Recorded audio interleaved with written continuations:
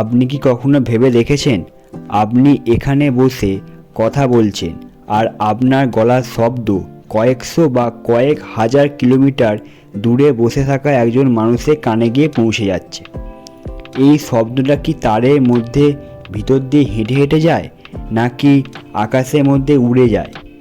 আজ আমরা জানব ফোনে কথা বলার সময় আসলে কি হয়, এর সম্পূর্ণ সায়েন্স।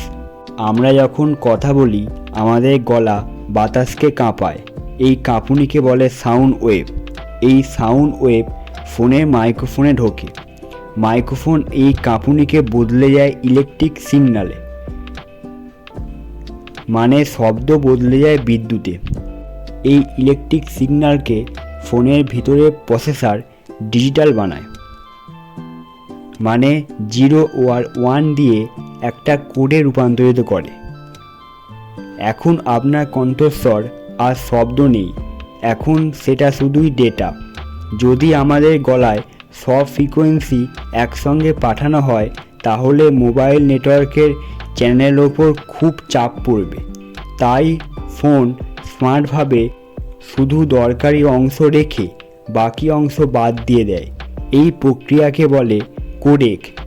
যেমন মানুষের কণ্ঠস্বর বোঝানোর জন্য যে ফ্রিকোয়েন্সি দরকার সেইটুকুই রাখা হয়। এখন এই ডিজিটাল ডেটা রেডিও তরঙ্গ হয়ে আপনার ফোন থেকে ছুটে যায় কাছের মোবাইল টাওয়ারের দিকে। সেখান থেকে ইন্টারনেট সার্ভারের মাধ্যমে আপনি যাকে ফোন করছেন সেই মানুষের নিকটবর্তী কোনো টাওয়ারের মধ্যে সেটা পৌঁছে যায় এবং সেখান থেকে যাকে আপনি ফোন করছেন তার ফোনে গিয়ে পৌঁছায়। সেই ফোনে চিপ আবার সেই 0 আর 1 দিয়ে লেখা কোডকে ইলেকট্রিক সিগন্যালে বদলে ফেলে এবং স্পিকারে পাঠায়।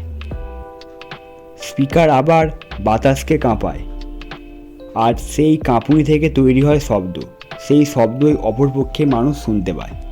এই প্রসেসটা খুব তাড়াতাড়ি ঘটে, তাই আমরা কোনো কিছু টেরই পাই না। এই ধরনের ইনফরমেটিভ ভিডিও আরও জানতে হলে আমাদের এই চ্যানেলটিকে সাবস্ক্রাইব করবে এবং ভিডিওটি ভালো লাগলে লাইক করবে।